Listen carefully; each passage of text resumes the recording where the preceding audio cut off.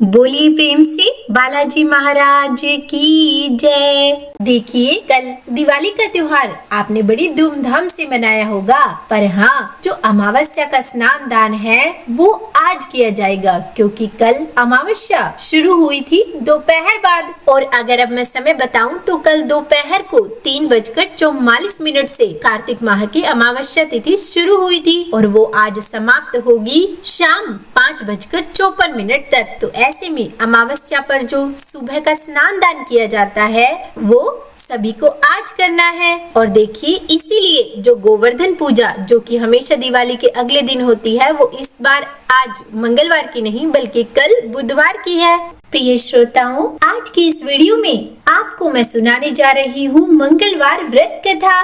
देखिए, जो भी भक्त मंगलवार का व्रत रखते हैं तो उन्हें कभी भी इस व्रत में नमक का सेवन नहीं करना चाहिए। साथ ही यह व्रत 21 या 45 मंगलवार तक रखना शुभ माना जाता है और फिर उसके बाद आखिरी मंगलवार के दिन विधिवत उद्यापन भी करना चाहिए। और अगर आप यह व्रत पहली बार रख रहे हैं तो यह व्रत किसी भी माह के शुक्ल पक्ष के पहले मंगलवार से रख सकते हैं। तो चलिए अब सुनाते हैं आपको इस व्रत में सुनी जाने वाली मंगलवार व्रत कथा। प्राचीन काल की बात है, एक नगर में ब्राह्मण दंपत्ति रहते थे। उनके पास सब कुछ था पर संतान नहीं थी, जिससे वे बड़े दुखी रहते थे। पर वे दोनों ही हनुमान जी के बहुत बड़े भक्त थे और पुत्र की कामना से हनुमान जी का पूजन और व्रत किया करते थे। काफी सोच विचार करने के बाद ब्राह्मण ने सोचा कि वो हनुमान जी का पूजन करने के लिए जंगल में चला जाए और वो जंगल में चला गया। वहाँ पर रहकर वो हनुमान जी का पूजन किया करता और पुत्र की कामना करता था। घर पर रहकर ब्राह्मणी भी मंगलवार का व्रत रखने लगी। एक बार कुछ ऐसा संयोग हुआ कि मंगलवार को एक और व्रत पड़ गया, जिसके कारण ब्राह्मणी उस मंगलवार को हनुमान जी को भोग न लगा सकी, जिसका उसे बड़ा ही दुख हुआ। और अंत में उसने निश्चय किया कि अगले मंगलवार को ही वह हनुमान जी को भोग लगाएगी और उसके बाद ही भोजन करेगी, जिसके कारण वह 7 दिन तक भूखी प्यासी रही। और जब अगला मंगलवार आया तो वह बेहोश हो गई। हनुमान जी उसकी श्रद्धा और भक्ति देखकर बहुत अधिक प्रसन्न हुए और उन्होंने ब्राह्मणी को दर्शन देकर कहा कि मैं तेरी भक्ति भावना से बहुत अधिक प्रसन्न हूँ, इसीलिए तुमको मैं मंगल रूपी बालक दिए जाता हूँ। तो इसे अपना पुत्र जान, यह तेरे सारे कष्ट दूर करेगा। और फिर ऐसा कहकर हनुमान जी अंतर्ध्यान हो गए। सुंदर बालक को पाकर ब्राह्मणी अत्यंत प्रसन्न हुई और वह बालक को मंगल कहकर पुकारने लगी। और फिर कुछ दिनों बाद ब्राह्मण देवता जब जंगल से लौट आए तो घर में मंगल नामक बालक को खेलता देखकर उसने ब्राह्मणी से पूछा कि यह बालक कौन है। तब ब्राह्मणी ने बताया कि यह तो महावीर हनुमान जी का प्रसाद है और कहा कि मंगलवार व्रत से प्रसन्न होकर हनुमान जी ने उसे यह बालक दिया है। पर ब्राह्मण को ब्राह्मणी की इन बातों पर यकीन नहीं आया। उसने समझा कि ब्राह्मणी अपना पाप छुपाने के लिए यह मन घड़त कोई कथा सुना रही है और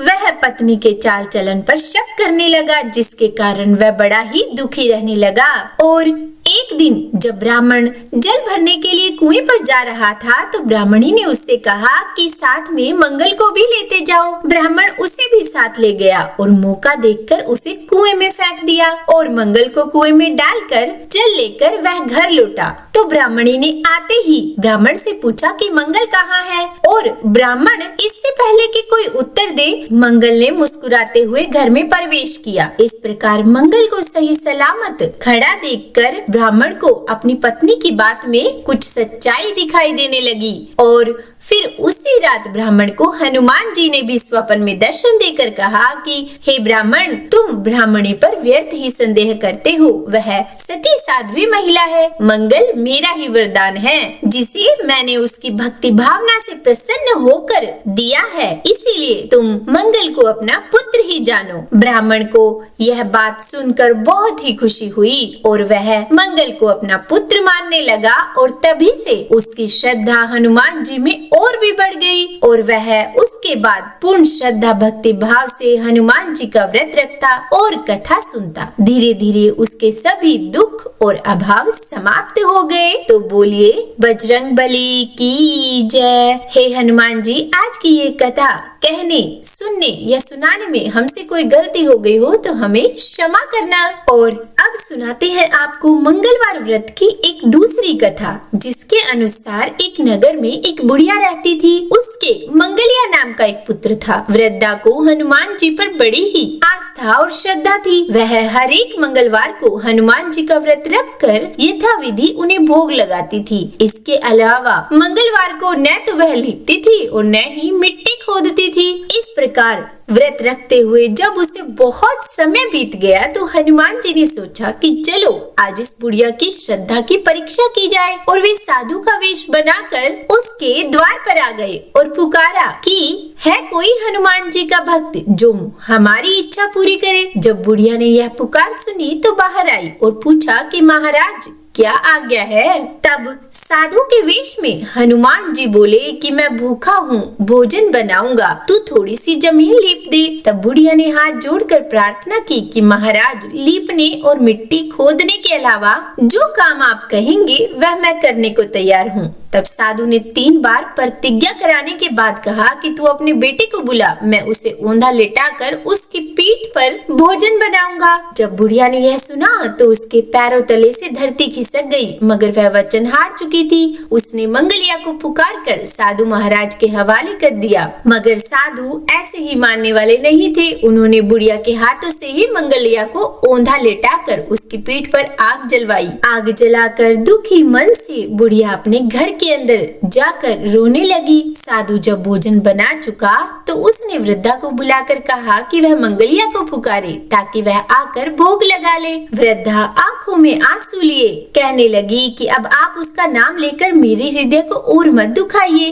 लेकिन साधु महाराज नहीं माने। उन्होंने वृद्धा को भोजन के लिए मंगलिया को पुकारने के लिए कहा और जैसे ही वृद्धा ने साधु की बात मानकर मंगलिया को आवाज दी तो मंगलिया बाहर से हंसता हुआ घर में दौड़ा आया। मंगलिया को जीता जागता देखकर वृद्धा को बहुत आश्चर्य हुआ और वह प्रसन्न भी हुई और उसके बाद साधु महाराज के चरणों में गिर पड़ी। हनुमान जी ने भी उसे अपनी असली रूप में दर्शन दिए और फिर हनुमान जी ने उसे सभी प्रकार के सुखों का आशीर्वाद दिया और अंत में वे अंतर्ध्यान हो गए। तो बोलिए हनुमान जी की जय। यह कथा यहीं समाप्त हुई। हे हनुमान जी, आज की ये कथा कहने, सुनने या सुनाने में हमसे कोई गलती हो गई हो तो हमें क्षमा करना। उम्मीद करती हूँ ये कथाएं आपको अच्छी लगी होगी। अगर वीडियो पसंद आई हो तो लाइक एंड शेयर कीजिएगा और चैनल पर नए हैं, सब्सक्राइब नहीं किया है तो सब्सक्राइब भी कर ही दीजिएगा। और हाँ, कमेंट बॉक्स में हनुमान जी की जय लिखना बिल्कुल भी मत भूलिएगा। तो बोलिए बजरंग बली की जय।